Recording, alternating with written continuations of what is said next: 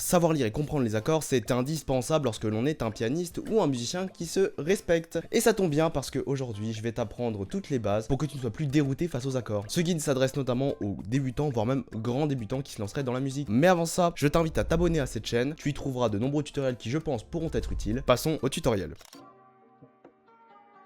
Une gamme, c'est donc une succession ordonnée de notes qui sert de base à la mélodie et à l'harmonie en musique. Par exemple, dans la gamme de Do, les notes sont Do, Ré, Mi, Fa, Sol, La, Si, et on revient sur la dernière, le Do. Quand on fait de la musique, il y a trois catégories de gammes que vous allez entendre parler. Premièrement, la gamme majeure. La gamme majeure, elle a la particularité d'avoir une sonorité claire et joyeuse, contrairement à la gamme mineure qui, elle, a la particularité plutôt d'avoir une ambiance plus mélancolique, plus sombre. Et enfin, vous pourrez peut-être aussi entendre parler de la gamme pentatonique qui sert, elle, dans les improvisations pour débutants, ou qui est beaucoup utilisée notamment en blues, ou dans les openings d'animés. Chaque gamme influence la couleur et l'expression d'un morceau. Si l'on prend seulement les gammes majeures et mineures, il y en a en tout 24. Et oui, ça fait beaucoup à travailler, donc je vous conseille de vous y mettre tout de suite. Je pense qu'un exemple vous parlera mieux. Si l'on prend la gamme de Do majeur, donc Do, Ré, Mi, Fa, Sol, La et Si. On va revenir aussi sur la dernière note, le Do. Chaque gamme majeure a sa relative mineure. Pour trouver la relative n'est pas compliqué, on descend entre guillemets de 3 notes. Là c'était la gamme de Do, si l'on prend 1, 2, 3, la gamme relative, c'est La. Et c'est pas un jeu de mots, c'est vraiment la gamme de La mineure, qui se présente comme ça. La, Si,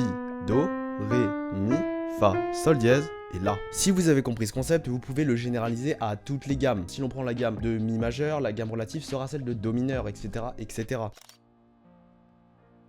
En musique, les chiffres romains sont extrêmement utilisés, notamment pour noter les accords. C'est un système que je trouve personnellement bien plus pratique que celui de mettre les lettres. En effet, pour la transposition ou pour le fait de jouer à l'oreille à un morceau, cela sera bien plus facile. Au lieu de se demander, par exemple, un accord de Do mineur en gamme de Do mineur, qu'est-ce que ça vaut dans une gamme de La mineur, l'accord de premier qui est celui de Do mineur dans la gamme de Do mineur sera celui de La mineur, parce que c'est le premier. Je vais vous montrer avec des exemples, ce sera sûrement plus parlant. On revient avec notre gamme de Do majeur. On peut donc s'apercevoir qu'il y a plusieurs accords. Je vais vous montrer. L'accord de premier, le Do.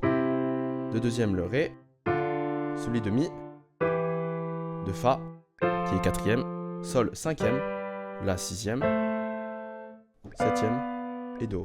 Pendant votre parcours musical, vous rencontrerez sûrement des chiffres romains minuscules et majuscules. Les chiffres majuscules montrent les accords majeurs, tandis que les chiffres minuscules montrent les accords mineurs. Et comme je vous l'ai déjà dit, ce système permet de transposer plus facilement un morceau. Par exemple, si on prend la musique Someone You Love de Lewis Capaldi, je sais pas prononcer le nom, eh bien, la suite d'accords c'est 1, 5, 6, 4. Je vais vous montrer la version originale.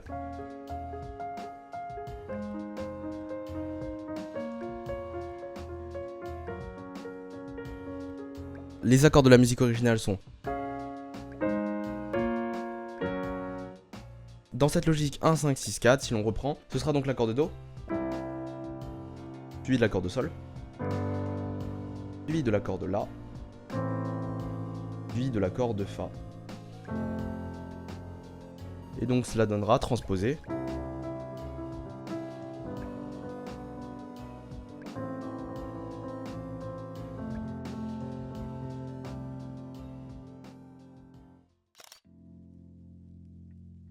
Vous l'aurez sûrement compris, dans la gamme, il y a une panoplie d'accords. Enfin, vraiment vrai, il n'y en a que 7. Mais bon, je vais plutôt m'attarder sur les 3 accords les plus importants. L'accord de quatrième, de cinquième et de premier. Si l'on prend la gamme de Do, ce sera l'accord Do majeur, Fa majeur pour le quatrième et l'accord Sol majeur pour le cinquième. Ces accords sont classiques de chez classique. Vous les retrouvez dans toutes les successions d'accords. Je vais pas trop m'attarder sur ce sujet, mais en gros, l'accord de quatrième et de cinquième, parce qu'ils sont cumulés avec l'accord de premier, donnent une sensation de résolution au morceau. Par exemple, si je joue l'accord de quatrième comme ceci.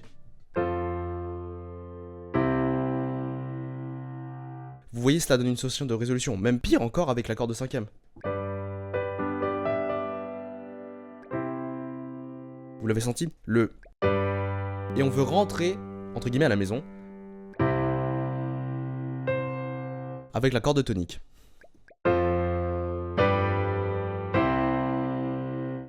Voilà donc un exemple de pourquoi ces accords sont vraiment très importants. Le meilleur pour vous, ce serait de connaître l'accord de quatrième, de cinquième et de première sur toutes les gammes de la musique. Enfin, pas vraiment toutes les gammes, mais surtout sur la gamme mineure et majeure. Au niveau des suites d'accords que l'on peut créer avec ces 3 accords, je vous la fais rapide, 1, 5, 6, 4. Si l'on reprend la suite de Do majeur, cela s'organisera comme ça. Et donc là, vous pouvez improviser.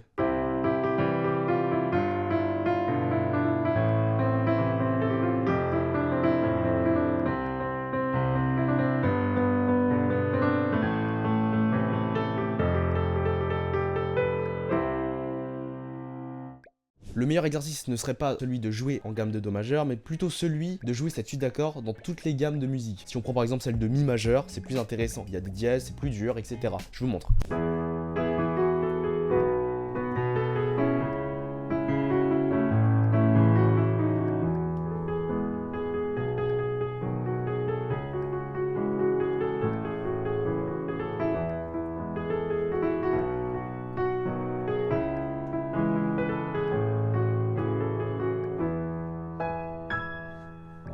Voilà à peu près ce que vous devriez faire.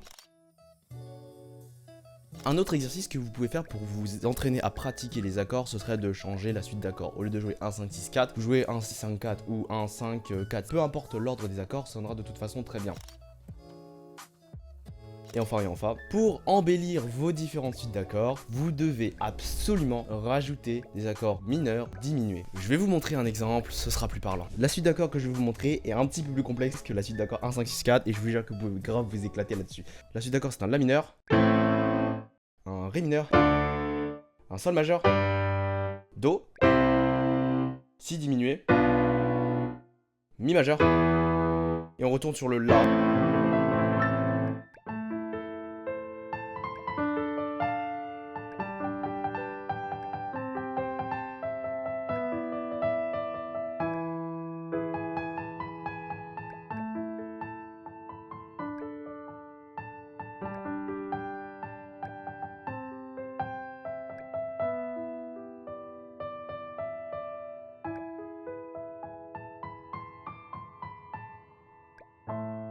Peut-être qu'il y a des gens qui me suivent et qui sont comme moi fans d'animé, hein, voilà. Je vais vous dire, les suites d'accords les plus connues, ce sont 4, 5, 3, 6, avec une gamme pentatonique, ça rend vraiment incroyablement asiatique. Et je suis sûr qu'avec cette suite d'accords, vous pourrez vous éclater à taper vos meilleures improvisations en mode...